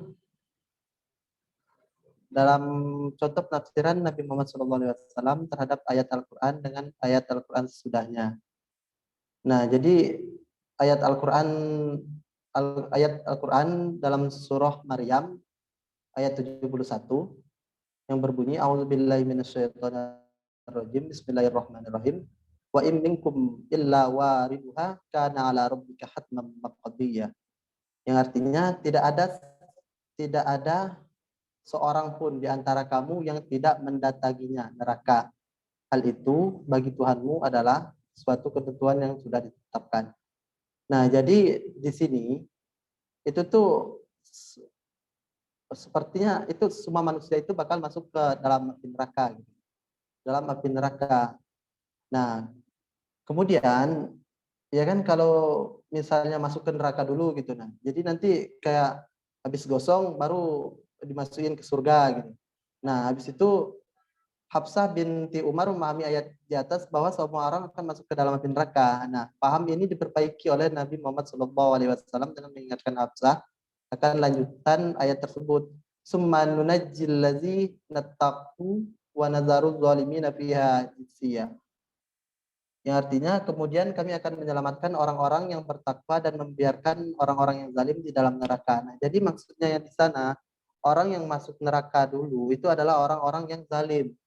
Orang yang zalim akan masuk neraka dulu, habis itu baru masukin ke surga. Katanya sih kayak gitu. Seperti waktu belajar waktu di MA, di MTS itu semua manusia itu bisa masuk surga, cuman ada tahap-tahapnya gitu. Nah, ada yang masuk neraka dulu, habis itu baru masuk surga kayak gitu. Cuman kan enggak semua manusia itu masuk ke neraka dulu gitu.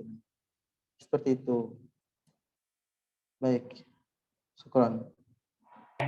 Itu dari jawaban Ustadz Ibnu Hafiz. Bagaimana Ustadz Darul Jalal? Apakah sampun atau khalas? Khalas. Alhamdulillah. Alhamdulillah. Sekarang tinggal soal yang terakhir Ustazah Mukhlisah. Apakah udah ada kabarnya dari Ustadz Muhammad Hafiz sama Ustadz Ibnu Hafiz tentang tadi itu? Atau dari audiens sendiri ada yang ingin menjawab pertanyaan dari Ustazah Mukhlisah tentang apakah penafsiran sahabat yang lain dari yang lain itu bisa menjadi hujah untuk sahabat yang lain atau bagaimana? Nah, ini masih mungkin kalau memang ada. Coba saya ingin menjawab sedikit. Tafadhal Syekh Jalal, hafizakumullah ta'ala. Nah, jadi untuk ketika ada umpamanya perbedaan ya ayat penjelasan ayat atau penafsiran ayat di antara sahabat, mana di antaranya yang dipakai, apakah sahabat yang pendapat sahabat yang satunya atau sahabat yang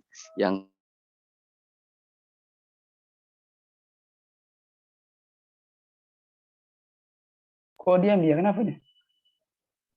Sinyal kayaknya. Iya. Sinyal. Jalur jalan. Yalah, khalas. Mungkin nanti dia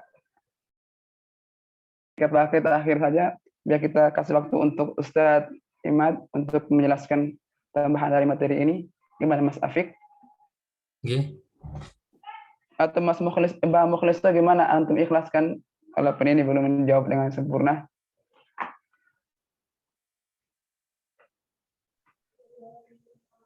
Ya, Mbak Mukhlis, halo. Ya, karena nggak ada tanggapan, mungkin kita akhiri diskusi kita pada sore hari ini dengan membaca Alhamdulillah bersama-sama. Alhamdulillahirrahmanirrahim. Ya, kami persilakan Ustadz untuk menambahkan. Silakan Ustadz.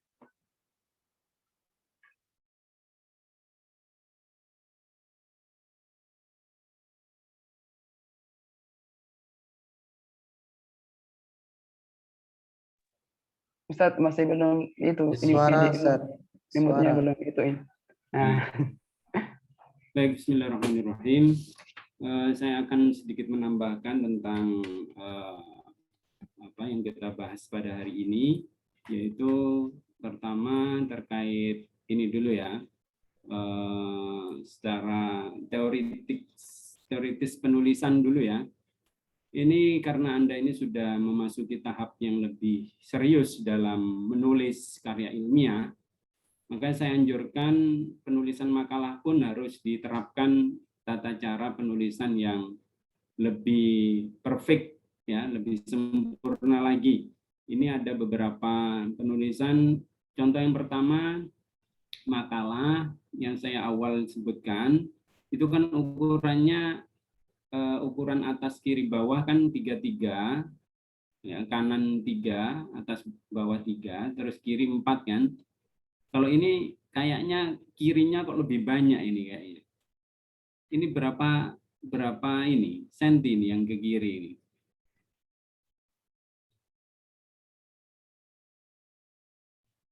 Yang pemateri tadi siapa ini?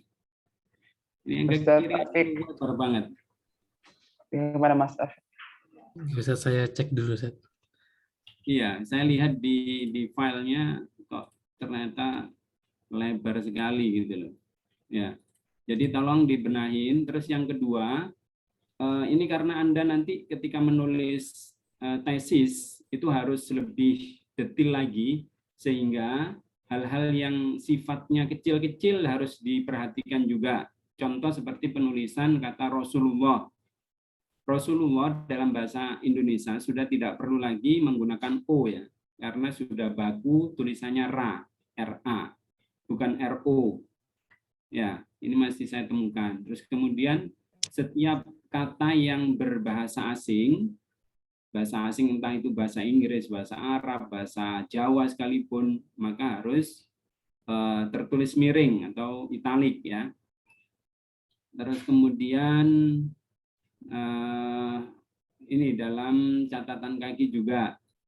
Ini ada yang disebutkan tahunnya, ada yang enggak. Ya, ini tolong untuk menjaga autentikasinya agar menyebutkan tahunnya. Terus kemudian ketika Anda mengutip dari website, ya harus disebutkan kapan diaksesnya. Ya. Jadi ini ada yang ngambil dari web atau internet. Nah, itu diaksesnya kapan? Nah, itu disebutkan ya. Terus kemudian daftar pustaka juga demikian. Ini penulisan daftar pustaka entah karena tergesa-gesa atau karena apa ini? Kok kayaknya tinggal mindah-mindah gitu ini. Sudah tahu kan ya cara menulisan daftar pustaka ya? Itu pengarangnya nama lengkap atau dibalik? Dibalik Ustaz. Dibalik Ustaz. Nah, ini saya dapatkan nggak ada satupun yang dibalik namanya itu. Ya. Jadi nama harus dibalik, nama belakang di depan, ya. Terus baru nama berikutnya. Terus kemudian, iya satu lagi untuk penulisan catatan kaki setelah nama pengarang itu kan ada judul buku. Itu harusnya memang ditulis miring ya. Jadi penulisan miring. Nah, ini untuk apa? Supaya kita terbiasa, Anda ini semuanya terbiasa ketika menulis tesis sudah tinggal lanyah, artinya lancar gitu loh. Ya. Nah, ini catatan-catatan kecil untuk penulisan. Jadi paling tidak Anda sudah terbiasa nanti. Jadi kalau seandainya memang dalam rujukan itu tidak tertulis tahun, berarti kan tinggal ditulis saja tanpa tahun kan gitu. Kalau nggak ada nama tempat, ya tulis saja tanpa tempat di dalam buku rujukannya seperti itu, kan gitu ya. Jadi kita otentik, artinya sesuai dengan yang kita rujuk. Jadi tidak asal menulis, ya, sehingga bisa dipertanggungjawabkan keautentikannya dan keabsahannya. Baik, kita masuk ke materi ya. Memang alhamdulillah sudah lumayan bagus ya hidup dalam diskusi ini. Yang perlu saya ulas lagi tentang ini ya, bagaimana cara tafsir atau perkembangan tafsir di era Nabi Muhammad dan sahabat. Memang pada masa Rasulullah SAW kita ketahui bahwa para sahabat dan juga masyarakat ataupun yang menerima wahyu selain Rasulullah, ketika mendapatkan wahyu dan menyampaikan kepada halayak umum, terutama kepada sahabatnya, maka di sana mempunyai beberapa beberapa kedudukan kepandaian sahabat yang berbeda-beda. Ada sahabat yang memang langsung paham, ada yang memang harus menganalisa dulu dan harus memperhatikan dulu baru paham. Oleh karenanya itu, tafsir Al-Quran ini hakikatnya dibagi menjadi 3 secara umum ya, secara umum. Yang pertama, ketika tafsir itu, ayat Al-Quran itu disebutkan, maka halayak umum langsung paham. Bahkan orang awam sekalipun langsung paham. Ya, ini yang disebut dengan tafsir yang mudah difahami, yang langsung difahami oleh orang awam. Contoh seperti kemarin yang saya sudah sampaikan ketika disebutkan Qul huwallahu ahad. Apakah perlu ditafsirkan? Kalau menurut Anda orang sudah paham belum dengan pernyataan Qul huwallahu ahad? Paham. Ya. Nah, sehingga orang awam pun ketika mendengar ayat yang disampaikan Rasulullah SAW langsung paham. Nah, ini kelompok pertama, orang awam pun paham. Tetapi ada beberapa orang yang memang tidak paham meskipun dia itu orang yang tahu bahasa Arab. Ya kan, orang Arab sendiri adalah orang yang paham dengan bahasanya sendiri. Tetapi mereka tidak memahami bahasa yang ada di dalam Al-Qur'an. Ya. Maka kemarin saya contohkan seperti kata-kata ad-dulm tadi sudah dijelaskan ya, alladzina amanu walam yalbisu imanahum bidzulmin, itu kan. Ya, bahwasanya orang-orang yang beriman itu adalah orang yang tidak mencampur adukkan dengan kedaliman, tapi muncul para sahabat yang tidak paham. Apakah ada ya Rasul di antara kita yang bisa terlepas dari mendolimi dirinya sendiri terutama? Ya, seperti yang kemarin saya ungkapkan, kalau seandainya kita saja ngejar tugas, kadang sampai sairul lail, ya kan? Sampai begadang, itu kira-kira mendolimi diri sendiri nggak? Mendolimi. Nah, itu kita nggak bisa terlepas dari hal-hal gitu. Oleh karena itu, sahabat pun protes kepada Nabi. Nah, makanya Nabi meluruskan yang dimaksud dengan ayat ini adalah ayat yang menyatakan ala inna syirka ladulmun adim. Yang dimaksud dengan kedaliman di sini adalah keimanan seseorang itu tidak boleh dicampur adukkan dengan perbuatan syirik. Nah, itu.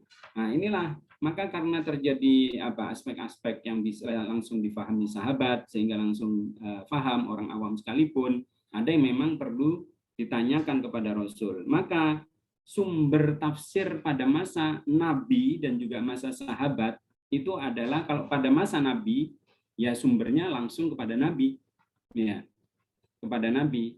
Maka bisa digambarkan bahwasanya pada masa Nabi ya dari Al-Quran itu sendiri, artinya Nabi secara tidak langsung kan berarti menjelaskan ayat Al-Quran melalui ayat Al-Quran yang lain. Tadi alladzina amanu alam yalbisu imanahum bidzulmin, ya kan? Itu adalah dijelaskan dengan penjelasannya Nabi menggunakan ayat lain. Inna syirka ladulmun adzim. Berarti menjelaskan ayat Al-Quran melalui Al-Quran. Ini metode yang pertama yang Rasul gunakan. Jadi menjelaskan Al-Quran melalui Al-Quran dan sekaligus sebagai sumber. Ya. Yang kedua adalah dari Nabi sendiri. Rujukan sebagai masdar tafsir adalah dari Nabi itu sendiri. Ya. Seperti umpamanya ayat yang membahas tentang apa kemarin, tentang ini umpamanya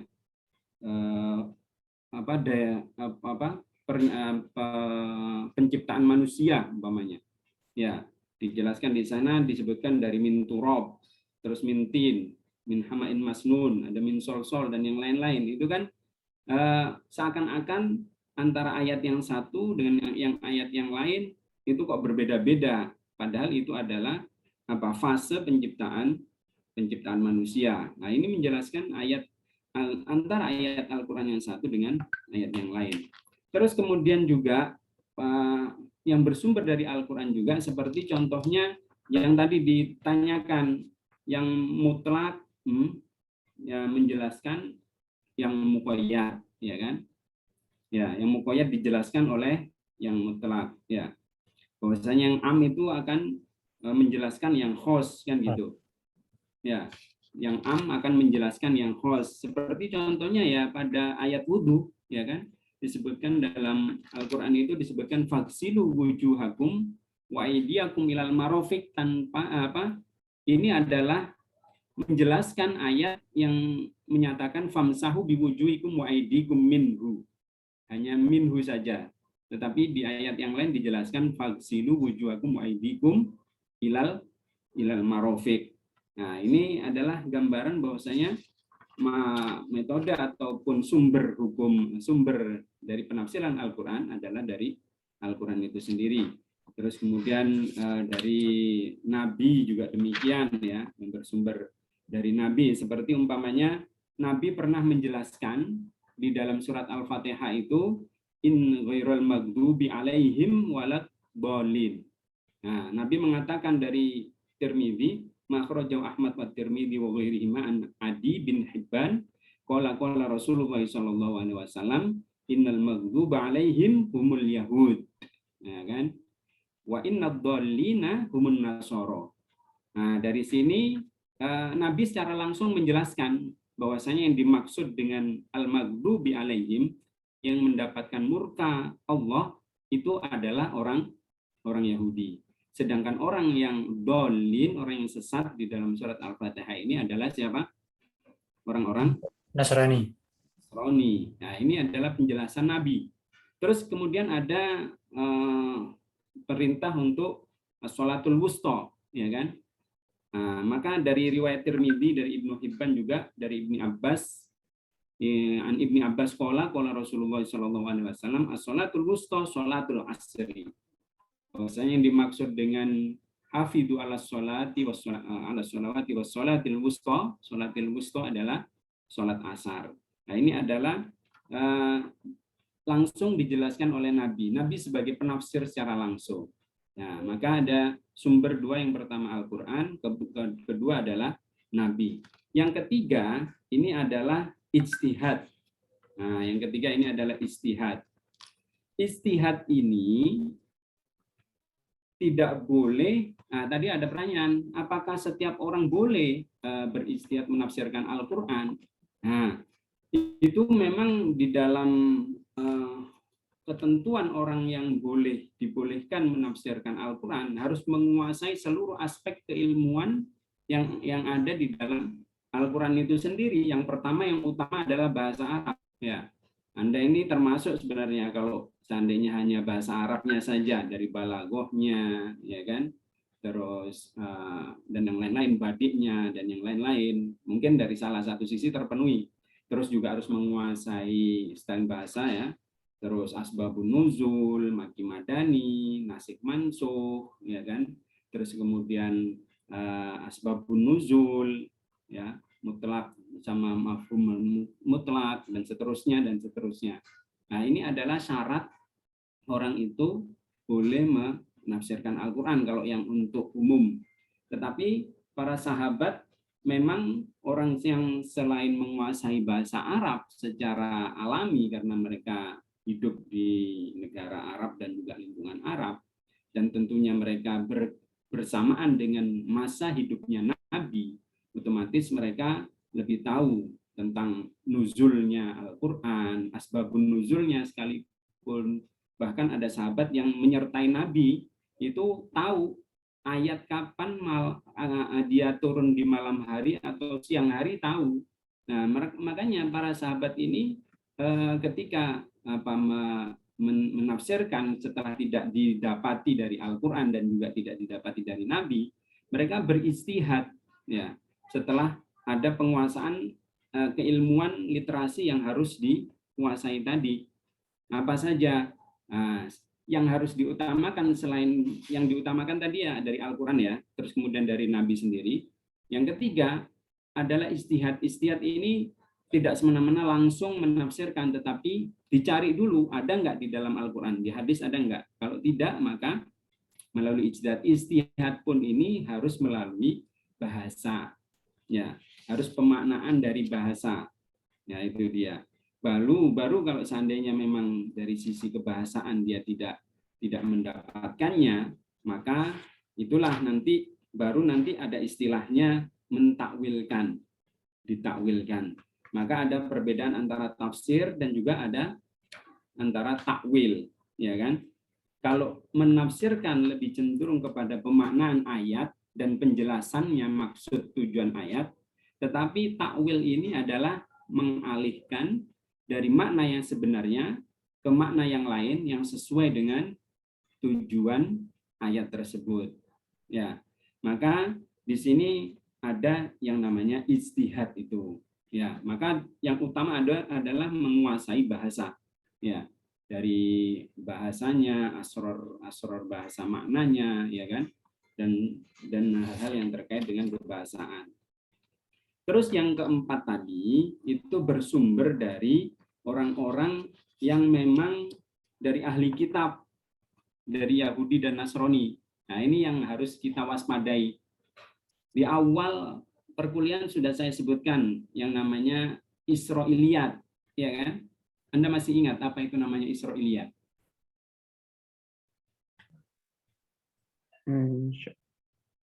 Apa itu Israiliyat, tahu? Yang dari Bani Israel itu, Ustaz. Ya, dari Bani Israel, tetapi hakikatnya bukan dari Bani Israel. Jadi, salah satu keutamaan tafsir yang paling tinggi kedudukannya adalah tafsir bil maksur, karena dia bersumber dari Al-Quran dan hadis, ya kan? Atau tafsir riwayah, ya kan? Tafsir kan ada dua macam, ada tiga ya, tafsir riwayah, ada tafsir diroyah, ya kan? Tafsir riwayah inilah yang masuk di dalamnya tafsir Quran bil Quran dan tafsir bil hadis, ya kan?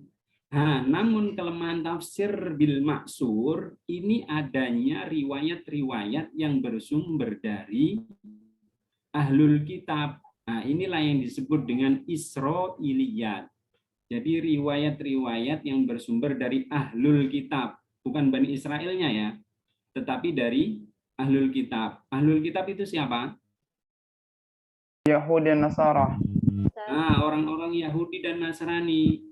Jadi dalam sumber-sumber tafsir, meskipun tafsir klasik, terutama tafsir Tobari yang menjelaskan banyak riwayat-riwayat sejarah masa lampau, itu Al-Quran dan hadis tidak pernah mengungkap.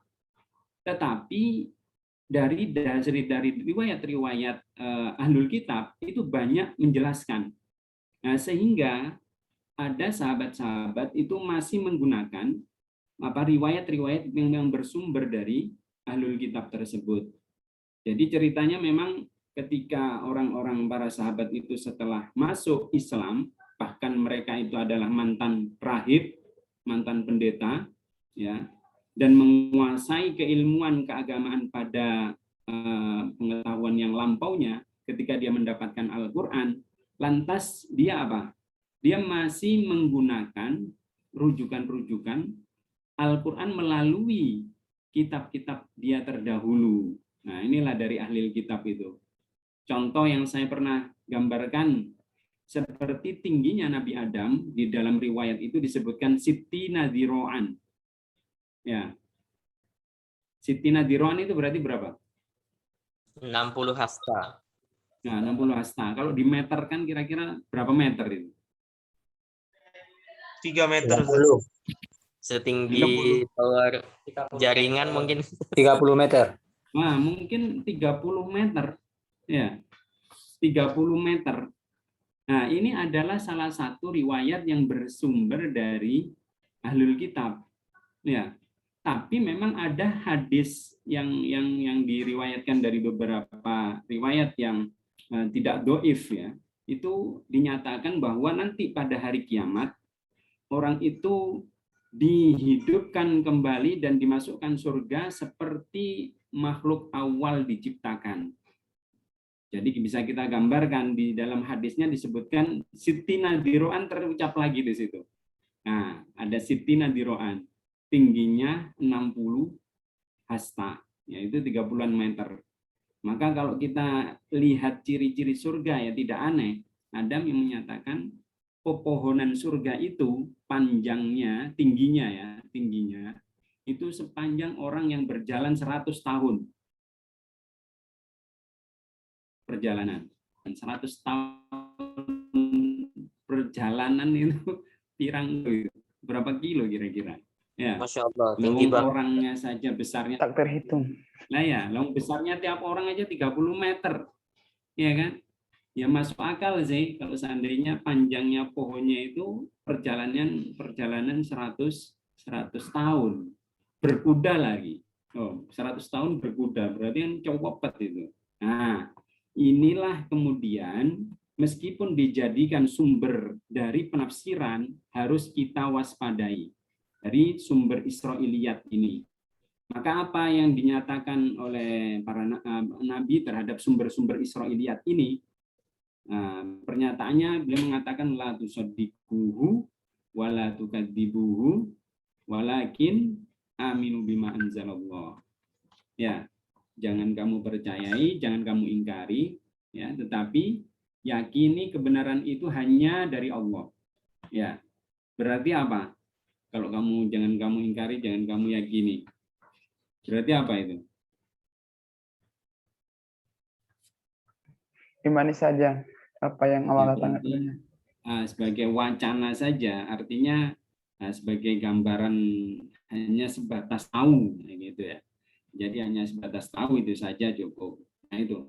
Ada lagi cerita tentang bahwasanya ketika air bah naik pada masanya Nabi Nuh, itu juga ada riwayat yang mengatakan bahwasanya kapalnya Nabi Nuh itu mengelilingi Ka'bah 7 kali tawaf, seperti orang tawaf. Nah, ini kan gimana bisa tahu kalau di bawahnya itu ada Ka'bah, langsung semuanya tenggelam. Iya kan? Nah, hal-hal inilah sehingga terkadang memang tidak bisa kita nalar. Nah, karena aspek-aspek seperti itu tidak ada penjelasan yang secara real dijelaskan oleh Nabi ataupun dari Al-Quran juga tidak ada. Nah, itulah ya yang disebut dengan masodir masa penafsiran pada masa Nabi dan juga pada masa sahabat. Ya. Terus kemudian para sahabat yang sangat terkenal dalam penafsiran yaitu tidak lain seperti Abdullah bin Mas'ud, ya kan, setelah Khulafaur Rasyidin yang 4, ya, yaitu Abu Bakar, Umar, Utsman, Ali, ini memang ahli mufassir. Cuman pertanyaannya kenapa sahabat Khulafaur Rasyidin yang 4 ini, meskipun beliau itu dekat dengan Rasul, kenapa kok riwayat hadisnya tidak sebanyak Ibnu Mas'ud? Ya, kira-kira apa sebabnya? Karena mereka sibuk, Ustadz. Punya kesibukan. Iya. Jadi karena kan kesibukan khalifah, yang namanya khalifah, itu kan ngurusi umat ya, ngurusi umat. Sedangkan Ibnu Mas'ud itu spesialis memang dari masa hidupnya mengabdikan Rasul, mengabdikan diri pada Rasul, nempel terus sama Rasul. Sehingga kejadian apapun, hampir setiap apa yang dilakukan Rasul tahu Abdullah bin Mas'ud itu. Ya, sama Ibnu Abbas itu. Sehingga mereka inilah yang akhirnya banyak meriwayatkan hadis dibanding Khulafaur Rasyidin. Ya, Khulafaur Rasyidin lebih ke pergerakan ataupun penanganan kepemimpinan dalam kehidupan beliau, sehingga tidak banyak menafsirkan ataupun meriwayatkan hadis. Maka sahabat-sahabat yang paling terkenal sebagai mufassir di antara 4 sahabat tadi adalah Abdullah bin Mas'ud, terus Ibnu Abbas, terus kemudian Ubay bin Ka'ab, Zaid bin Sabit, Abu Musa al-Asy'ari, terus Abdullah bin Zubair, ya kan? Nah, ini mereka inilah yang di antara mereka memang ada yang diberi amanah untuk menulis wahyu. Nah, ini nanti terkait tentang penulisan wahyu ya. Yang paling ya seperti Zaid bin Sabit itu ketika masa Nabi Utsman Khalifah Utsman bin Affan ya, itu dipercaya sebagai ketua tim seleksi verifikasi pengumpulan Al-Qur'an saat itu.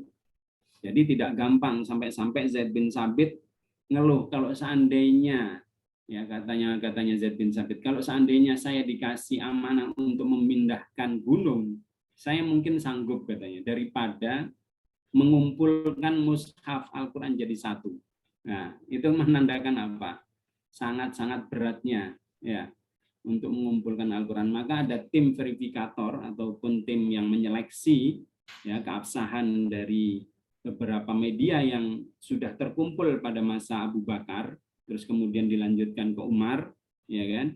Ya, Zaid bin Sabit inilah yang sangat bertugas, sehingga apa yang dikatakan Utsman saat itu, idahtalaftum antum, kata Utsman kepada Zaid bin Sabit, idahtalaftum, pada timnya ya ini yang mengatakan, idahtalaftum antum wa Zaid bin Sabit, ya, farji'u ila lugoti Quraisy fa innahu nazala bi lugotihim, bahwasanya Al-Qur'an itu kalau seandainya terjadi perselisihan, karena 7 bahasa kan beragam bahasa itu kan ketika kodifikasi itu.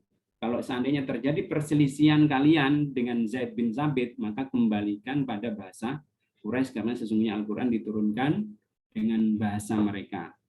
Nah, inilah jadi para sahabat ini memang orang-orang yang mempunyai kecerdasan tinggi ya, dan juga kemampuan yang lebih di antara yang lain, karena mungkin satu, mereka hafal Al-Qur'an, pasti ya orang yang mengumpulkan Al-Qur'an harus hafal, dan syarat penerimaan Al-Qur'an nanti ya itu harus ada saksi.